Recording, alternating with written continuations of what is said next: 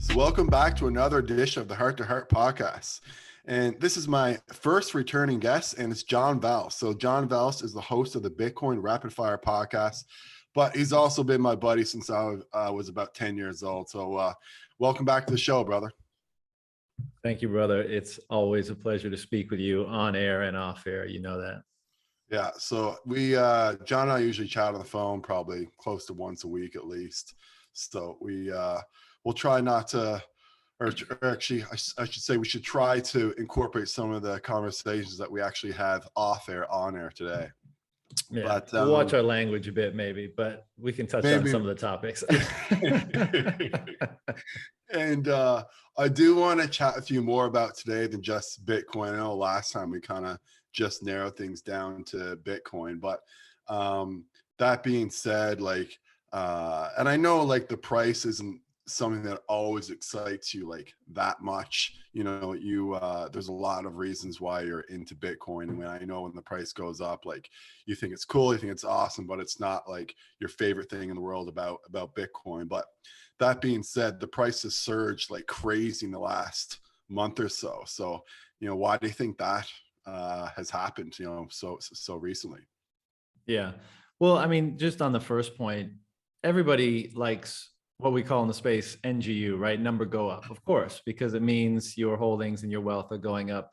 But more importantly to me, it means that adoption is going up. And if you feel about Bitcoin the way I do, and that this is an instrument of not only financial security, but financial freedom and freedom more broadly, then number going up means that, you know, more freedom is emerging on the world and people are extricating themselves from systems of oppression in the existing financial system, and people that have no access to finance all over the world are able to opt into a fair, open network, financial network, which is great, right?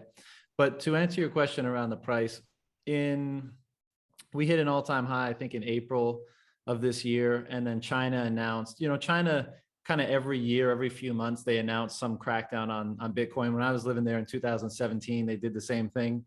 But this time they were actually sincere, whereas most of the time it's kind of just posturing.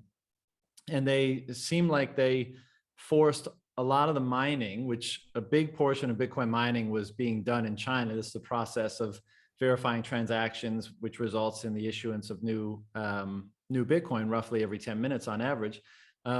Was kicked out of China for whatever reason. I don't really know. I mean, I think from China's perspective, not that most of us probably care about China's perspective, but I think it was a strategic blunder. I think it will be seen as one through the lens of history. But nevertheless, as that shift happened, there was a lot of selling, right? Those miners had to sell to cover costs, to move their operations out.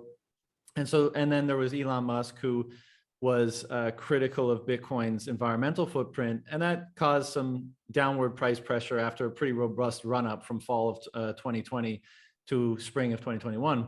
And you know, none of the hardcores were really worried. This is kind of par for the course. You have these big run ups, and then you have the consolidation. This miner exodus was a novel event. I think it further proved the robustness of the network. But price dipped for a while, and people got opportunities to scoop up some more Bitcoin on the cheap. And it's been recovering ever since, particularly since mid-July. We really started to come back up. Of course, we had the El Salvador legal tender announcement in that time as well, which was a big piece of news. And then today, as we approach all-time highs, I mean, it's possible we'll hit one throughout the course of this conversation. But the first Bitcoin-linked ETF hit American markets today. So we've had a Bitcoin ETF in Canada, you know, earlier in this year. And there's been certain Bitcoin funds, but there hasn't been a proper Bitcoin ETF in the US. And purists like myself will say that, you know, an ETF is no substitute for holding the coin yourself, because as we know, not your keys, not your coins. But it is going to be a bit of a opening the floodgates for institutional capital moment, because there are a lot of people in their retirement accounts, and a lot of financial advisors are going to get it's a way for them to get their clients exposure to Bitcoin. And those ETFs do actually buy the Bitcoin, and they give exposure to the people who buy the ETF. So that happens today. And I think that's why we may break through the all-time high today. And there's a slew of more ETFs in the US about to be approved. So, you know, the Q4 of this year could end up being pretty wild.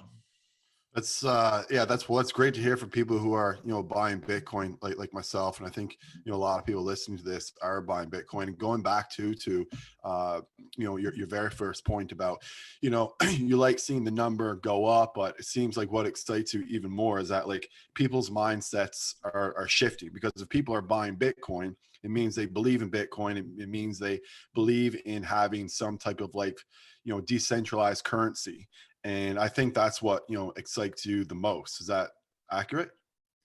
Yeah, I mean, I've been a critic of the existing financial system for a while, and there's a lot of history there. And once people kind of go down that rabbit hole, I think they begin to realize that it's not a very equitable system, and it's not a very fair system, and it's not a very sustainable system, regardless of how fair you feel it is. I mean, it's just, in my opinion, not sustainable. And Bitcoin was the first time a decentralized, no single point of authority system was able to emerge and propagate and succeed, whereby everyone must play by the same rules, and which has some really, really unique attributes, like the hard cap of 21 million.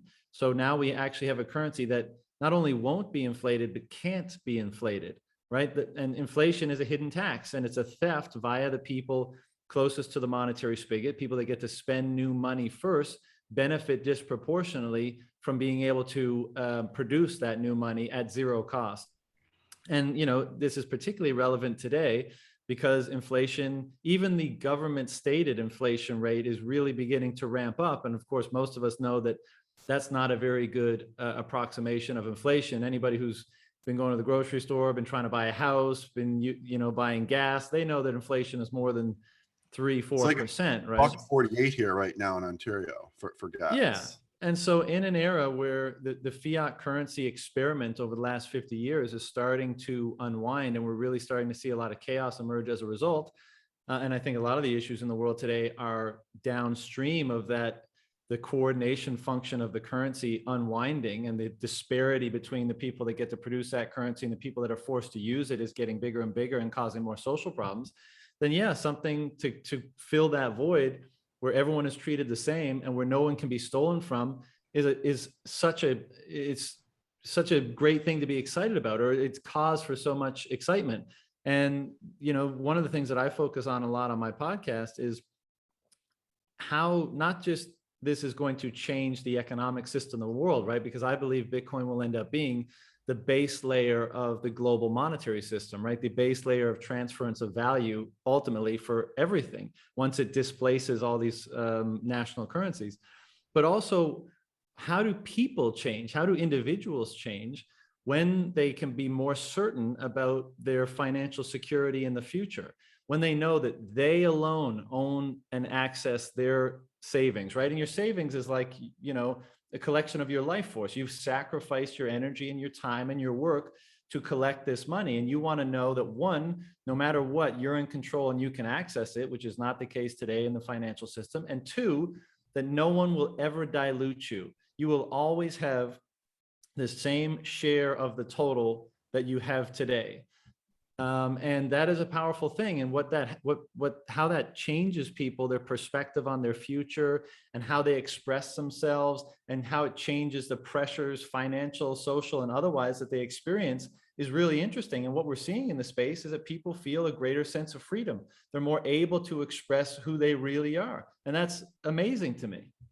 Yeah, and going back to your point too about the sacrifice for money. I probably should have mentioned this off the hop of the podcast, but you're on Jordan Peterson, a couple months ago. Congratulations about that. I think that podcast was very successful overall. So, I know in that podcast you kind of indicated to Jordan that you thought that money is a sacrifice for your work, right? And then coming back to inflation and people kind of working like per hour or salary or things like that, saving at this point really is not enough, because the money that you make in 2021 is going to be devalued. It's not going to be the same worth in 2031. And that's why it's good to make sure that you have, you know, other real assets or things like Bitcoin in which they can, where it's actually going to increase over time. Because I think like the model of, you know, just trying like to save, you know, that may work if there was no such thing as inflation, and if we couldn't print money. But the thing is that there is inflation and we can print money. So like all of your money is being devalued all the time. And it just seems like it's getting progressively worse and worse over time. I mean, the money printing, you know, I don't know a lot of the exact numbers like you probably would, but, you know, I know that, you know, sometime in 2020 or 2021, this year, I had read that like 45% of the money that's being given out in Canada right now, like to the CERB programs, is actually money that's being printed, right? And only about 55% of it is tax. So you can just see that this is being like done at like a rapid rate. So like it's not like it's, you know, just going to be like, you know, and even if it is just a few percentage points each year, it seems like, you know, that really adds up to a lot over time. And that's why I have so many people now who are working in their 60s, 70s, and 80s, because that model of like saving your money and thinking that, you know, it's going to hold value over time is just not working anymore. And I think that's where, you know, Bitcoin can really, you know, change the game, so to speak. And then, along with the fact that it's a decentralized currency. Yeah, 100%. I think, again, don't quote me on the figure either, but I think since 40% of the US dollars in circulation were not in circulation prior to the beginning of the COVID lockdowns. That's fucking. So it's a crazy number, and it speaks to, again, the fatal flaws in the existing systems of money that predominate around the world. And on the point about the Peterson pod, I mean, basically, the money is meant to be an emblem of what you're giving up to get it. And what you're giving up is your time and your energy. And those two things are one way. You don't get them back, particularly time, right? We have a limited amount. We don't know exactly how much, but we're not getting any more. And so money is an attempt to reflect that.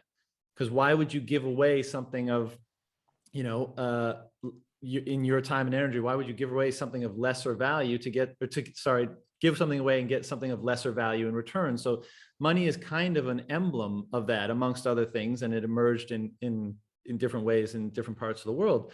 But it's supposed to kind of be a place where you can store value, like you just said.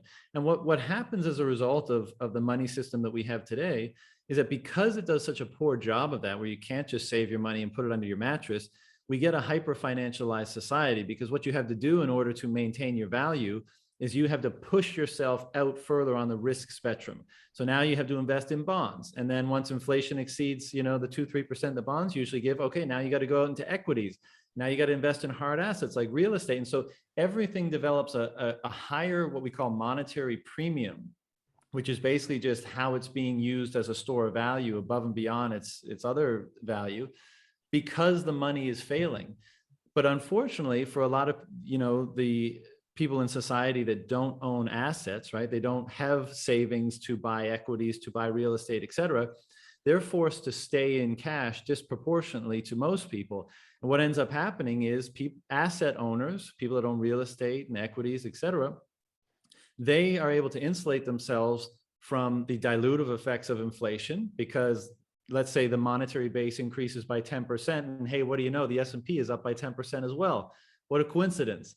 You know, and if you actually track the growth of the S&P over the last 40 years and you plot it against monetary expansion, it basically, you know, the two lines basically intersect and stay close to each other for that whole time. So, but the problem is that people that only have cash savings, they aren't being insulated in the same way as asset holders. And so their savings are being diluted, and they're being diluted very dramatically. And, you know, ultimately what happens is society breaks as a result of that, because you can't have more and more people being stolen from or losing the value of their savings more and more and more without social problems emerging and without the coordination function of money breaking down to increasing degrees. And so, yeah, you know, I think it's a massive problem, and I agree that Bitcoin is here to fix that, you know, and most people don't realize it yet. And just a final point about where Bitcoin is, I think because of Bitcoin's, because Bitcoin emerged from nothing, right? $0 and 0 cents initially, its adoption, the process of its adoption involves an increasing price. Because when you have an inelastic supply, right? So when you have a set supply, the only thing that can adjust is the price. And as Bitcoin is bid up by more and more people who are looking to adopt it around the world, naturally the price will go up. And it gives Bitcoin the perception that it's some like wild speculative investment that, you know, you're trying to 10x or 100x your money on to get rich, when it's not that at all. What Bitcoin is just a better, in fact, the best form of money that the world has ever seen. And so it's perfect for that individual who's been, you know, only saving in cash and doesn't have any assets to speak of, because all it's meant to be is a way to save and transact your money in a way that where you can't be stolen from and nobody can tell you who you can and cannot transact with. And the final piece about that is that when it becomes more and more obvious that that's what Bitcoin is, and the only reason for these wild price swings is because it's in its current, let's say, S curve of adoption, you know, going from currently right now between 100 to 150 million people that own Bitcoin around the world, even if it's just a small fraction, to 8 billion, that process will be volatile and there'll be a lot of asymmetric upside for early adopters. But at the end of that process, what we like to call hyper Bitcoinization in the space, it's just going to be money. And as a result of that, what I think we'll see happen is all the different monetary premium that's on top of many different assets in the world today. So like real estate and stocks and antiques and artwork and wine, where people are using those instruments to insulate themselves from inflation, they'll realize that the absolute best instrument to insulate yourself from inflation and to save your money and to save your life force is Bitcoin. And so the monetary premium will come off of those assets and it will come into Bitcoin. And so I think ultimately, and this, who knows how long this process will play out, but these assets that have been bid up over the last 50 years because of inflation, like real estate, which should be a depreciating asset in most cases, will actually, instead of prices rising dramatically, we'll actually see them fall fairly dramatically as Bitcoin becomes the primary store value asset. Very interesting. And that's good news though, for really everybody, because a lot of people, for like, not everybody, but a lot of people still do believe that, like, you know, Bitcoin is kind of just for like rich people, so to speak. And, you know, obviously it's not, like you're saying, like it's a level playing field and anybody can play this game, you know? So I think that's, you know, really important for people to know and to understand. And again, I don't want to, you know, do the whole podcast on Bitcoin again, but I do just have, you know, a kind of one more comment and then one more question about it. So, you know, at some point you said, you know, we were talking actually earlier in the podcast about how it maybe dipped in April or May of this year. And you're saying, you know, a good time to like scoop it on the low. So like, I didn't do that because I've always followed your strategy just because I feel like it's the best one. And I know I said this last time, but I think it's important to say it again.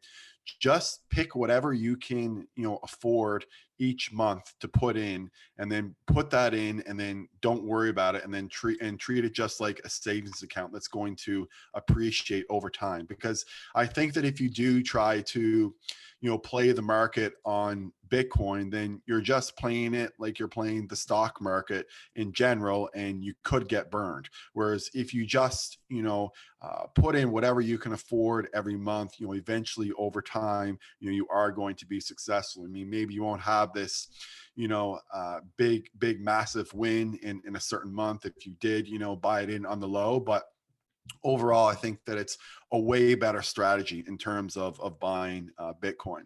And then, you know, one last question on Bitcoin, and then we can definitely switch it up a little bit. But, you know, you always say, like, you know, every other coin is a shit coin. And, you know, there's, I think, like, you know, up until recently, I mean, really up until the past year or so, Bitcoin has really been the predominant one by far, and still is. You know, Ethereum maybe had a little bit of attention, you know, prior to the last year or so, but all these newer coins like Dogecoin and all these other coins, like, why are they shit coins, and why should people not be buying them and just putting their money into Bitcoin?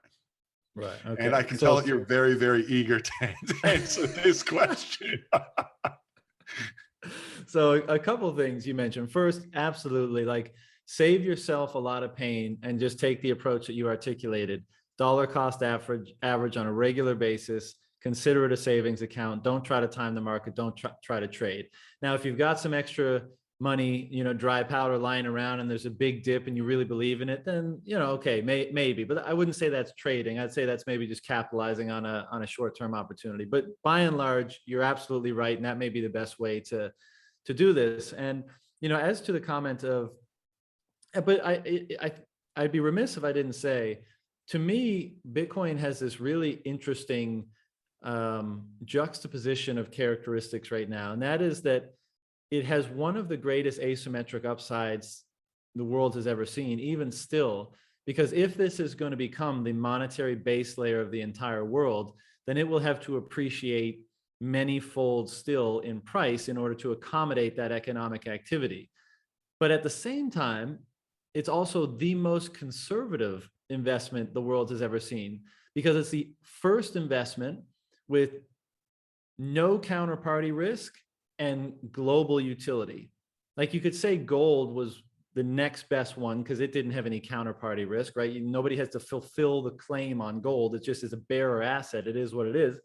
But we know the limitations of gold. And even though it was broadly used and accepted around the world, not everywhere, not at the same time. And again, difficult to transact with and all that kind of stuff. So Bitcoin is a way that you can store wealth and transact wealth without having to rely on a third party and without anybody able to take it from you. And in an era where people are being censored and Visa and MasterCard are shutting down their accounts if they say the wrong thing on social media, and this kind of whole shitstorm of censorship that's happening in the world today, that doesn't apply to Bitcoin.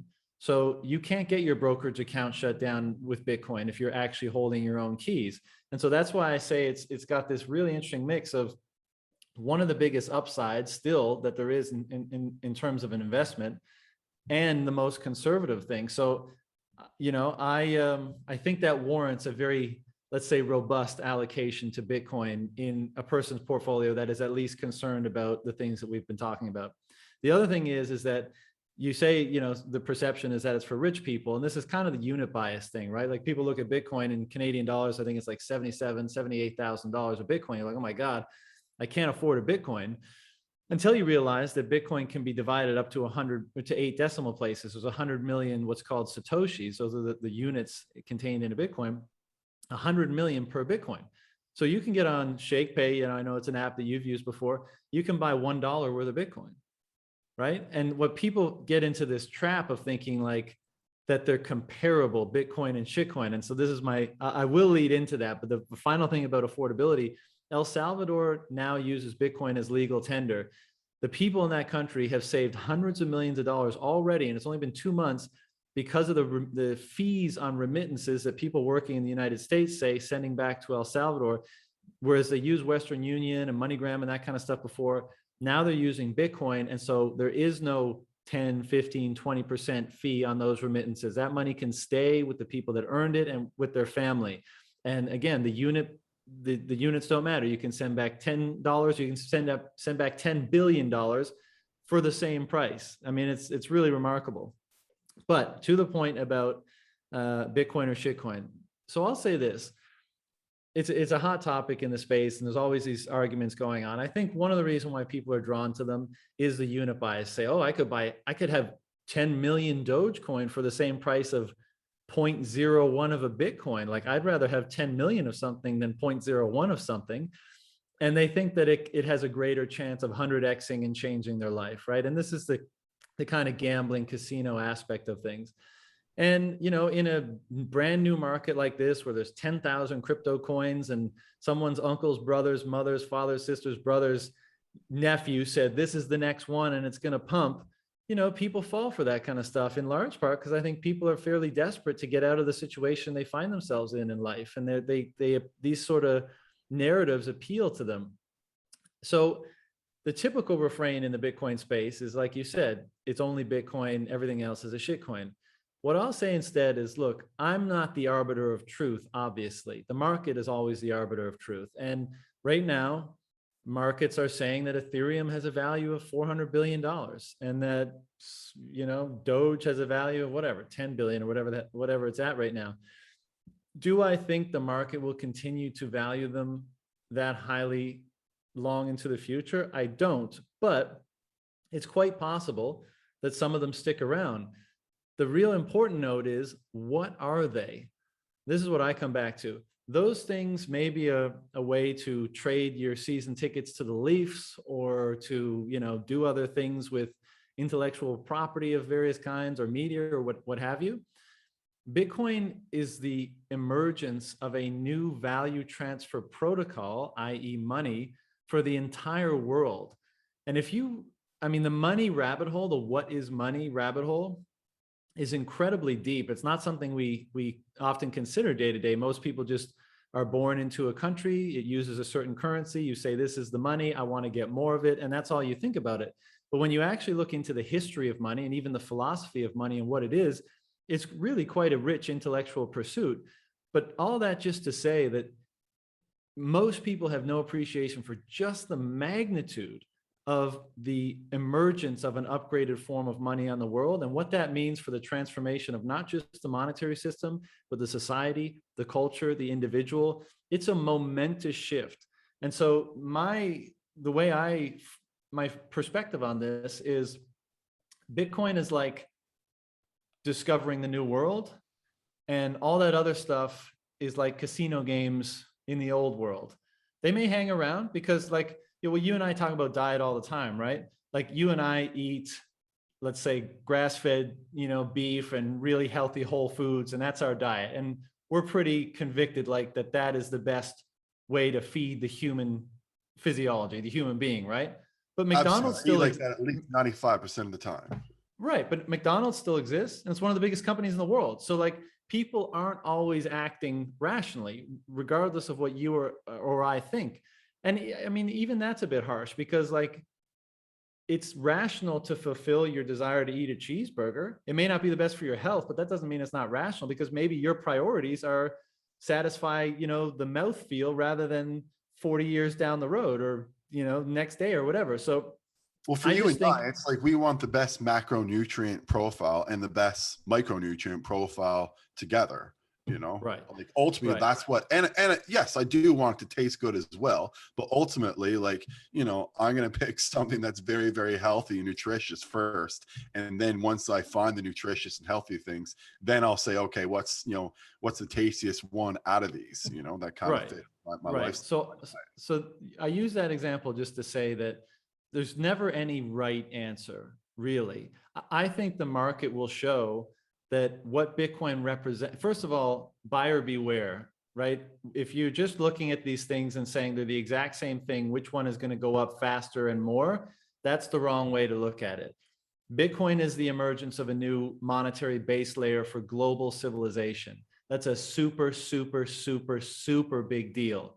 Whatever all that other stuff ends up becoming, I have no idea. The narratives change often.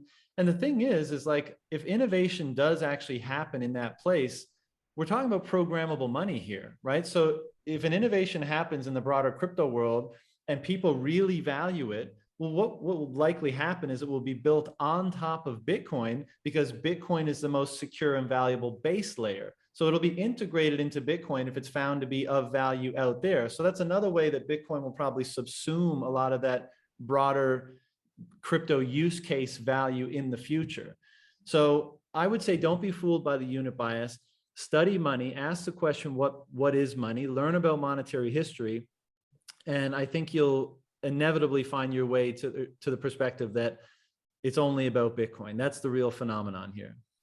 Yeah, I think that we've seen that too, over the last few months. And I guess you could say, especially over like the last month, is that it's just a stable asset that, will keep appreciating over time. Like, there may be some dips, but overall, the highs are going to outweigh the dips. And over time, you're definitely going to, increase the value of your money. And the other thing is, I just want to mention is that again, what are you buying? That's a really important question to answer. And when it comes to the market for money, money is determined throughout history based on the immutability or the assurances inherent in its monetary attributes and its characteristics. And I think we discussed this last time, but like, why did gold become money? Well, one of the reasons it became money is because of its scarcity. It was difficult to make more of it. And this gave it this meant that it was difficult to arbitrarily increase the supply. It also didn't rust or corrode, so it didn't degrade. It was also divisible. You could cut it up into different size pieces, right? And so these attributes, in particular in the physical world, like gold, they're immutable, right? They don't change. And so when we're taking these considerations to the physical world, we have to ask ourselves, okay, these different attributes of money, so like Bitcoin's hard cap 21 million, the divisibility of Bitcoin, how it operates and all this kind of stuff, how much confidence can we have that those attributes will not change? Because those are the assurances we need for what you just said to ultimately be true. Because if those assurances remain, then we can be relatively certain that as more people adopt this, the price will go up and it won't break. But if we are always changing those variables, then what assurances does anybody have that they're going to remain the same 5 years from now, 10 years from now, et cetera? And so when it comes to blockchains generally, the most important consideration is which one is most able to resist censorship. And by censorship, I don't just mean like the inability of someone to use it, but I mean the ability to change it at all. Which is the one most resistant to that? And it is orders of magnitude more represented in Bitcoin. You have a greater assurance and security over the parameters of the protocol in Bitcoin than anything else. And I know we chatted about this briefly, but just coming back to your podcast with Jordan Peterson, like, how did that emerge? Because I think you had like a book club with maps of meaning, and how did that like tie in? Because people might be sick of me actually talking about Peterson on this podcast. I feel like it comes up almost every time. But it was an amazing podcast. I certainly listened to all of it, and I thought you did really well on it. But can you kind of just tell us like how did that happen? Like why did you start that book club with Maps of Meaning, and why did that tie into Jordan Peterson? Right. Good question. This is where things get a little bit squirrely. But as the further down the Bitcoin and money rabbit hole you go, the deeper it seems to get, I guess. And you realize that money is a far more ultimately mysterious thing than many of us, like I said before, were brought up to think about it as. And so there's actually a rich, let's say, philosophy that surrounds money in terms of what it means to human beings, how it emerged, how we use it, what it means symbolically to us, why there's such an emotional pull on us from it. It's basically the central, in many cases, it's the central thing in our culture and civilization, right? First of all, it's what coordinates all other exchange of value activity, which is most activity. And it's the central point of our lives too. Like we orient our careers and such around the opportunities that are going to allow us to accumulate more of it. So I don't want to diminish like the non-monetary aspects of life, like love and joy and beauty and that kind of stuff, but like it's a massive component to our individual and collective lives. 100%. So it kind of, I think it's reasonable to say, well, what actually is it? Like, why is it so central to that? Why do civilizations coalesce around this thing that is money? And so part of Jordan Peterson's work generally, but certainly in Maps of Meaning, was looking at various religions and myth and story and basically saying, why are they too so central to civilization? Why does go back through history, look at every civilization, Egypt, Sumer, China, Indus Valley, Inca, Aztec, there's always a religious foundation to these civilizations. And the question is, well, why?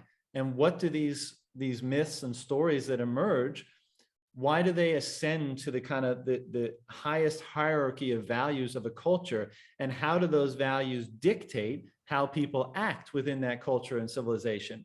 And so part of one of the podcasts that I do is a book club, and we get together and we chat about books that we think are relevant to this inquiry around money and Bitcoin that we all have.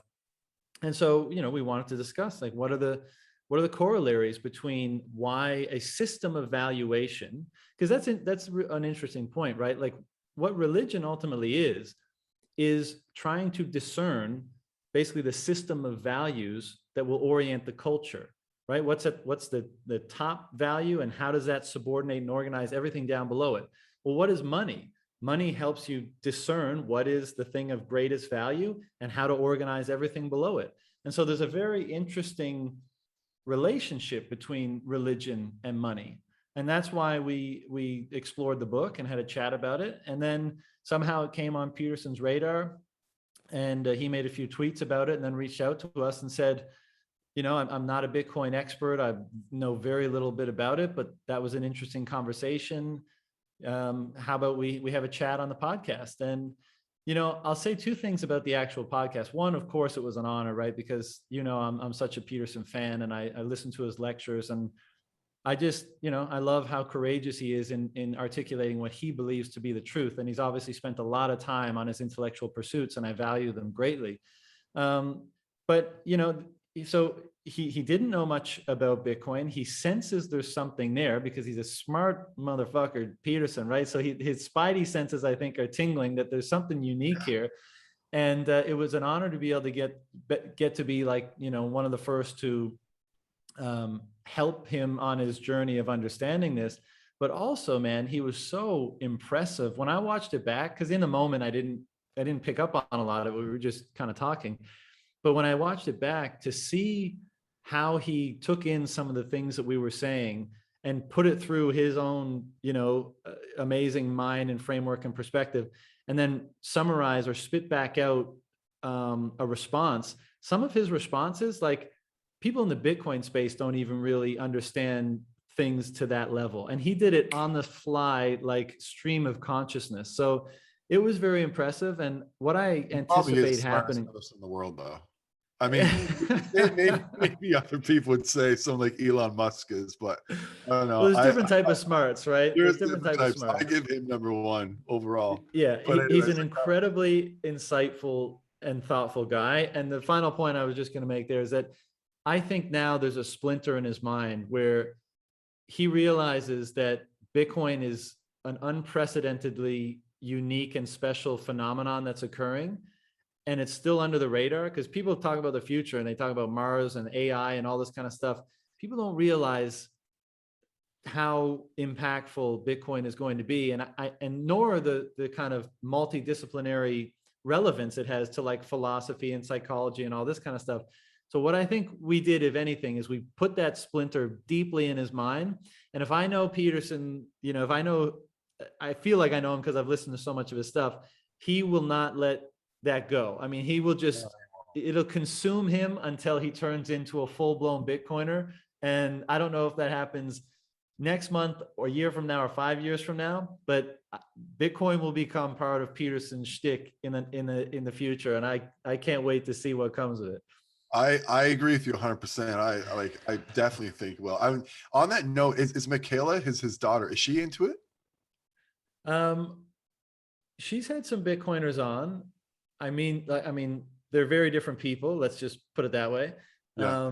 And she, I don't think yet she's not as interested in the philosophy and psychological component of this. I think she's more of a kind of like cultural and economic phenomenon perspective is where she's coming from. And so she seems to still be figuring it out, but she seems more drawn to the broader crypto space rather than focusing in on Bitcoin, where I get the sense Peterson has parsed that pretty early. Not to say he'll never speak to people in the broader space, but he seems to realize the real special phenomenon here is in Bitcoin. Right. And then one thing too I wanted to touch on today was psychedelics, because we didn't really talk about that last time at all. But I guess there's a lot of people that are in the Bitcoin space who are also into psychedelics. So have you found that? And I know that you were into psychedelics, I mean, way long ago, like well over 10 years ago. You've probably been into it for like 15 years or something like that. So have you found that you've I guess convinced some of your Bitcoin buddies to dive into psychedelics, and have they had a good experience, and has it kind of helped them with their Bitcoin journey? Well, one thing I'll say is it was funny, like 2 or 3 days ago, I saw Michael Saylor tweet out a Terence McKenna quote. And so, Really? and I think That's a little mushroom on the end of it too. So we all kind of like, we get the wink, Um, but what's funny? I mean, I talk about it a lot on my podcast, but a lot of Bitcoiners are psychonauts. And I think there's really. a few reasons for that. One is, to go against the grain and to ask yourself, what more is there? To want to investigate your consciousness, to want to grow as a person. That's the type of curiosity that leads someone to ultimately exploring psychedelics. And that was the case for me, right? I have a lot of questions, would like answers, and that was one domain where I sought them. Similarly, I have a lot of questions about my internal landscape, but I have a lot of questions about the external landscape. And those led me to understanding the monetary system and to economics and ultimately to Bitcoin. So it's this intense curiosity for, wanting more from yourself and wanting more from the world that led me to those two things. And I think have led a lot of Bitcoiners to those two things. And so to answer your question, yeah, like many are into it, and not like many are into it because it is and it's an amazing tool for the refinement and development of who you are as an individual. And if you permit me a second to explain what I've been noticing in the space, is like it's not just psychedelics, right? Like what we're seeing now is that people that are most into Bitcoin, like the hardcore Bitcoiners, you look at their lifestyles and their systems of value and their principles that they espouse, and like principally they're about honesty, truth, integrity, you know really, in my opinion, freedom, extremely important principles.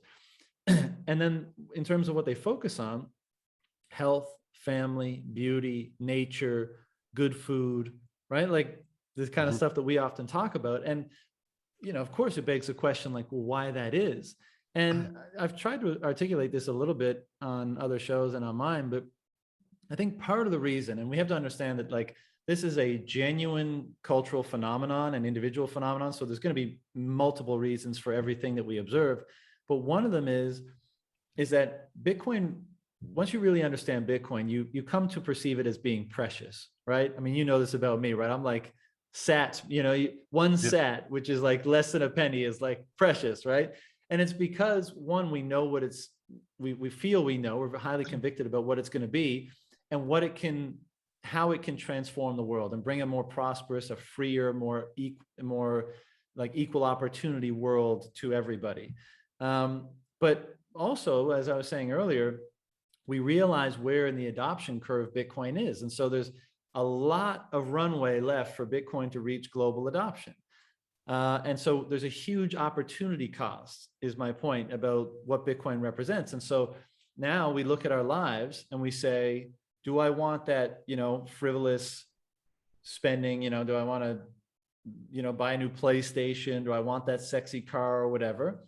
Or would I rather have Bitcoin? And what's happening is a lot of the people that are starting to see what this is are saying, I'd rather save it in Bitcoin so that I can do more with myself or with my family in the future, right? I don't need that shitty crap right now. I want to save it and invest it in my future. And sacrifice now for later. exactly. And again, back to the Peterson concepts, but that is not only happening on a material level, right? So once this burning hot symbol of opportunity cost basically dissolves all that other stuff in your life. So you come to a life where you don't have extraneous things, you don't have wasteful things. You have the essentials. I mean, again, we talk about this all the time, right? Like we want our lives to basically be as simple as possible. The things that help us be who we are and achieve what we want to achieve, and the rest don't want to be distracted by it, don't want to spend time or money on it. And this is Absolutely. what's happening in Bitcoin, with Bitcoiners. But it's also, as a result of that, it's forcing you to confront the question of what is the thing of greatest value. And this is a real juicy part about what I was just saying about religion and money and the relationship there, because it says like, okay, this thing you're valuing almost more than anything, and it's dissolving away all that other crap that you might buy. Okay, well, what's left over? What can stand up to that burning, nexus of value? And the things that can stand up to it, it appears, this is what I'm noticing and observing in Bitcoiners, are things of transcendent value: love, relationships, beauty, freedom, truth, health, these things that you can't put a price on, right? And so once you dissolve all things of lesser value, what remains is just the things of the utmost value. And so what you have in a lot of these hardcore Bitcoiners is they value Bitcoin a lot, and they value those things that you can't put a price on a lot, like I just mentioned. And that is part of this thing that's transforming their lives, because once your system of internal valuation gets transformed like that, well, of course it redirects how you live your life. It redirects who you spend time with. It redirects what you spend your time doing. It redirects how you spend your money. And so again, I consistently see it amongst Bitcoiners that they want to build lives where, they take care of the environment, they take care of their health, they care about their friendships and their loving relationships, they care about beauty, they care about truth and freedom in the world. And I mean, it's amazing to see, and we're just getting started with it. So, it's Yeah, one of the aspects of the phenomenon that was unexpected, but is very interesting. Yeah, I find like I kind of tend to break up my life sometimes into three categories. So it's like my health, my career, and my relationships, are kind of like the three biggies, so to speak. And I find like psychedelics helps with all of them. So, with health, like, I mean, it definitely, and this is an important point too. So you don't have to have a diagnosed mental health disorder to benefit from psychedelics. Like, that's insane. Like, that's like saying like, only a fat person is going to benefit, or an overweight person is going to benefit from going to the gym. Like, no, like a healthy person is also going to benefit from going to the gym. And with regards to psychedelics, I mean, it can be incredible if you do have, a psychiatric disorder. It can actually, help eliminate or reverse it. I mean, the study with MDMA and that MAPS is doing has shown that, I think just after a few sessions, something like 68%, it might even be 70% of the patients in the study didn't even meet the criteria for PTSD anymore. But also too, if you're just a healthy person who's looking to maybe be a little bit more open, and maybe you do have a little bit of anxiety, but you're looking for a little bit more openness, a little bit more creativity, that type of thing, it can absolutely help with that. And if you do have a lift, or if you do have a little bit of depression, and if it lifts you out of it, obviously that's going to motivate you. So, in terms of it being, affecting your health, I mean, that's, kind of, I guess, the most obvious part. But also too, and this is, becoming a little bit more obvious as well, is that it does improve relationships. I know, again, they've done, studies with MDMA and couples counseling, and have had, wonderful results with that. And that's just, again, a result of being, more open generally, and being able to express, who you are.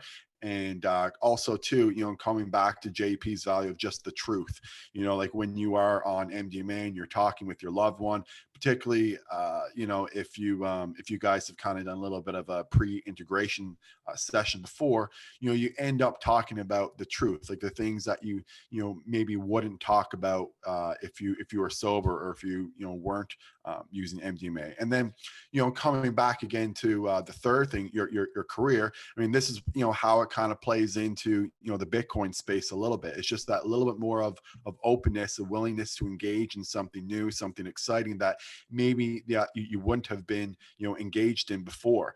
So, I can see how, again, why a lot of people in the Bitcoin space may in fact, be very interested in psychedelics, because, people who are interested in Bitcoin are looking to improve their financial health. When you improve your financial health, that really improves all of your health. Because I know that, a lot of doctors don't like to talk about this for whatever reason, but, mental health financial health is a big component of your mental health. If you're doing really, really poorly financially, that's going to affect you negatively mentally. And, people like to, say that like it doesn't, that, money doesn't buy happiness and things like that. And I'm not saying necessarily that, money does, because, you know, I saw Naval Ravikant, you know, tweet out recently that, like, you know, if money buys happiness, you know, go buy it, you know.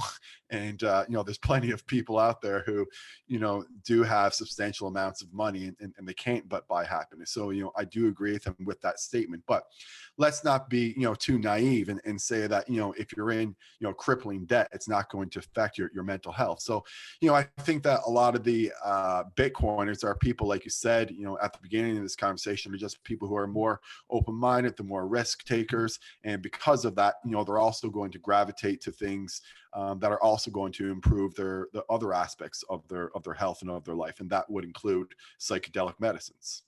Yeah, absolutely. And as Daniel Tosh, the comedian, once said, money may not be able to buy happiness, but it buys a jet ski. And have you ever seen somebody unhappy on a jet ski? Yeah.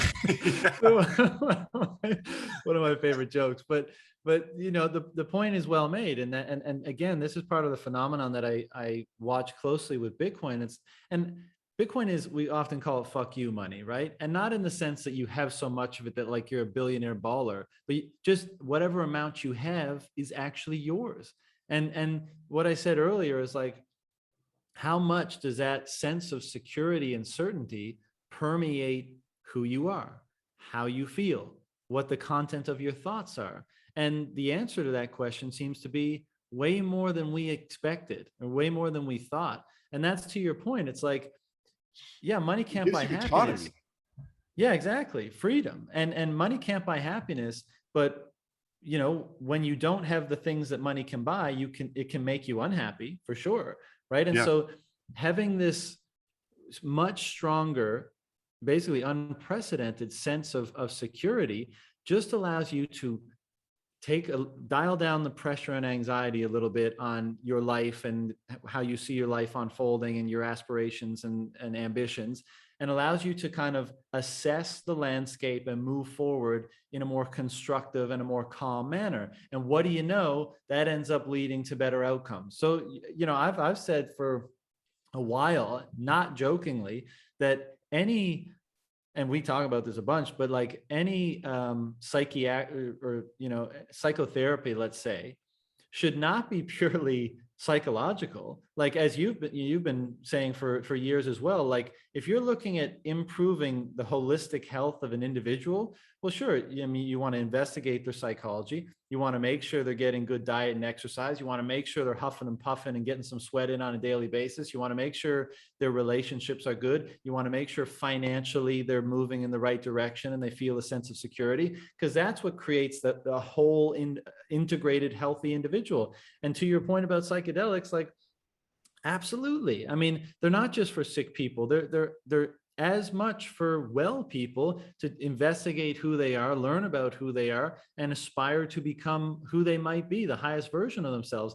And the very fact that in the society that we live in today, something like that, something as innocuous as psilocybin, let's say, is restricted from an adult making a decision for themselves is absolutely unacceptable. I mean, and it's just something that so many of us accept as like the way things are. But how can you accept that and still claim to live in a free society? You absolutely can't.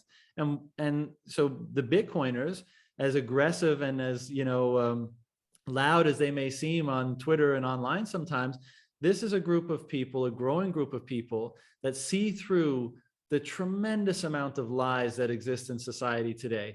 Doesn't matter where you look, education, money, health, government, politics, there's so much bullshit everywhere. And these are the group of people that are attempting to see through the lies. And what happens as a result is, one, there's an incredible large lack of trust in those institutions, and in my opinion, rightly so. And two, there's a responsibility that they take themselves, rather than delegating to anyone else, for the construction of their own perspective based on what they believe to be true, their principles and values, and the lives that they want to construct for themselves, and the people they want to become for themselves. All of those things they take responsibility for and push out into the world. And what's happening is more and more people are doing that. And this is the culture that's emerging around Bitcoin, where people take responsibility for all those things to become the people that they might become. And that's why it's so amazingly interesting and fascinating to observe it unfold. And obviously on my show, I talk to a lot of the people that have experienced these transformations and shifts in their perspectives as a result of going down the Bitcoin rabbit hole. And it's like, it's endlessly fascinating to me. And it's such a hopeful thing to be happening in the world today, because there's a lot of reason to be despairing about what's happening in the world today. Yeah, there is. I mean, obviously, COVID has really, crushed, a lot of people's hopes and dreams. And, I have several friends who own gyms here in London, and, it's been very, very difficult on them. But, Bitcoin, if you understand it and know about it, it is something that you can get into, even during, a difficult time, which is really, really important. But also too, and I know we only have a few minutes left, and just kind of wondering, like, is there, if I know you probably have a little bit more, unfortunately, I gotta go in a few minutes, but I there's, love talking about this stuff. is there, do you have any like specific stories, or is there anyone specifically, who kind of, use psychedelics and then that changed their view on Bitcoin? Or is it more or less like, you just kind of had a lot of people who are into the two of them like simultaneously, or at the same time, like previously?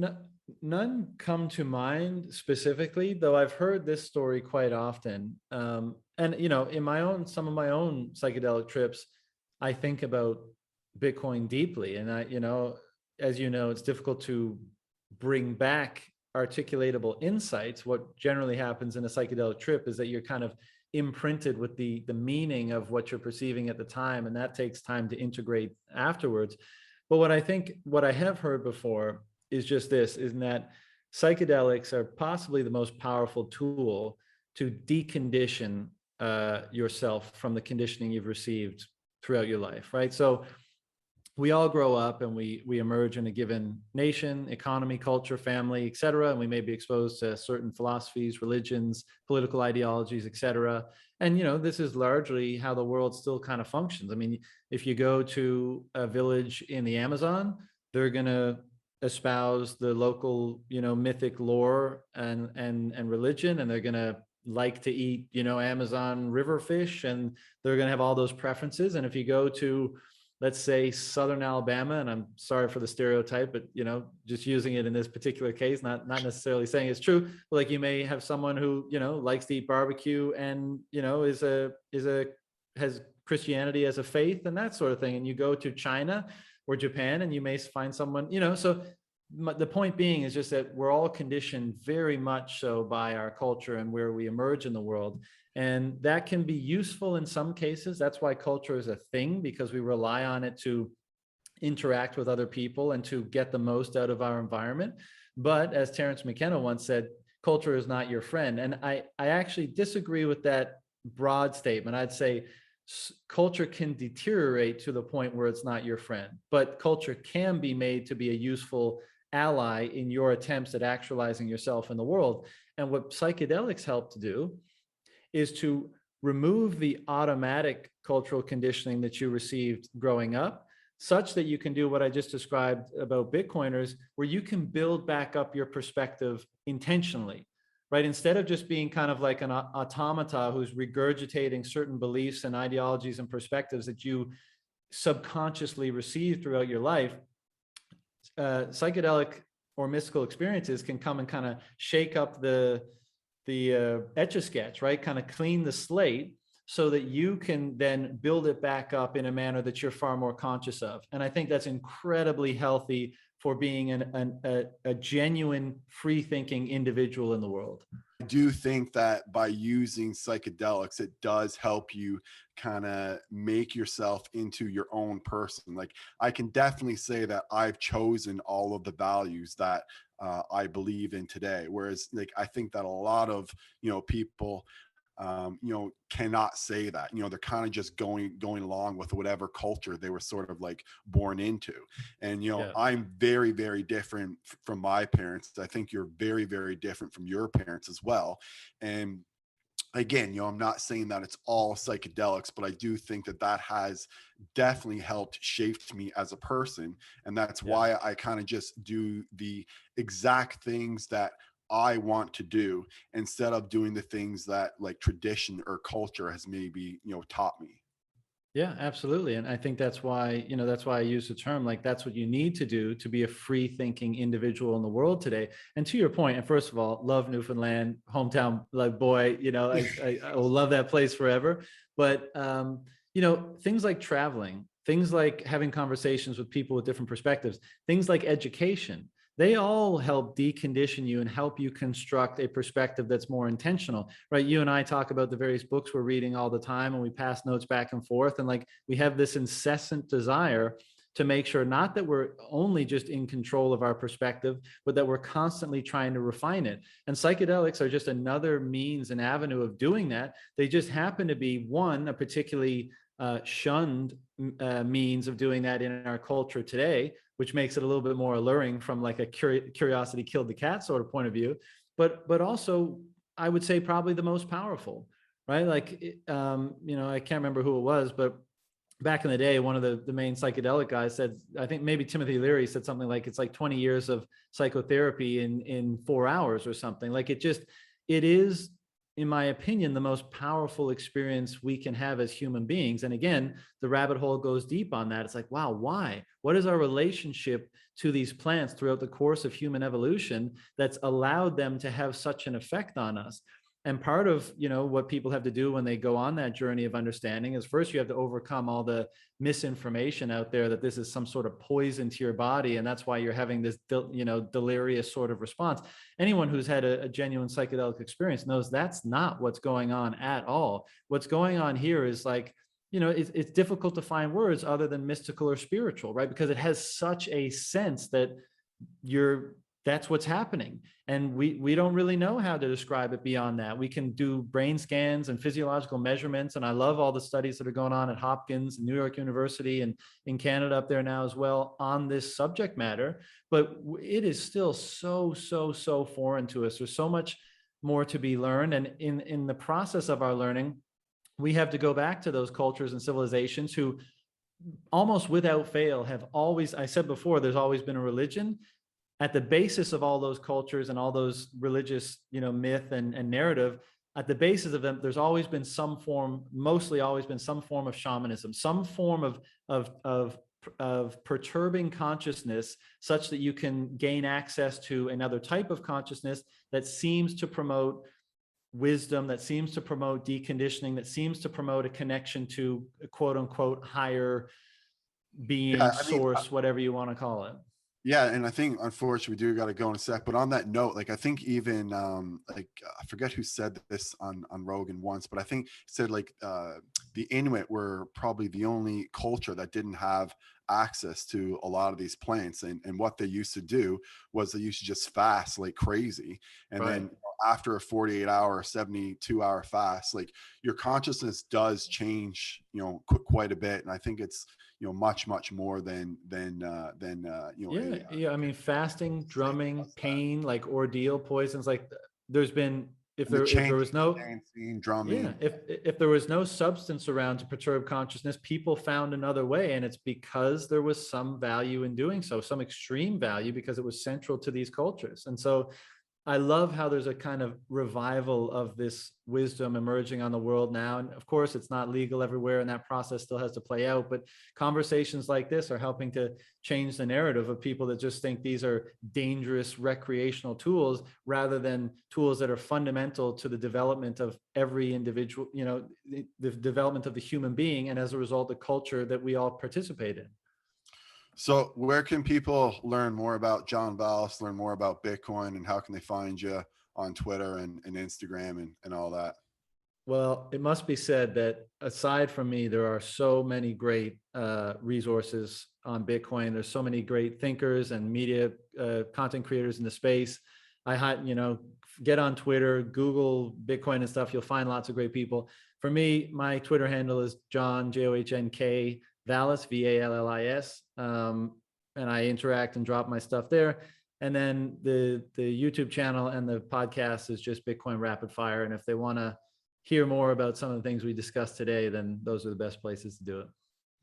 Cool, brother. Well, thank you so much again for coming on. I really do appreciate it. I know it's your second time on here. It definitely won't be your last. And we'll definitely rock one out again soon. It's an honor, brother. Thanks for having me on again. Okay, thanks so much. See you, brother.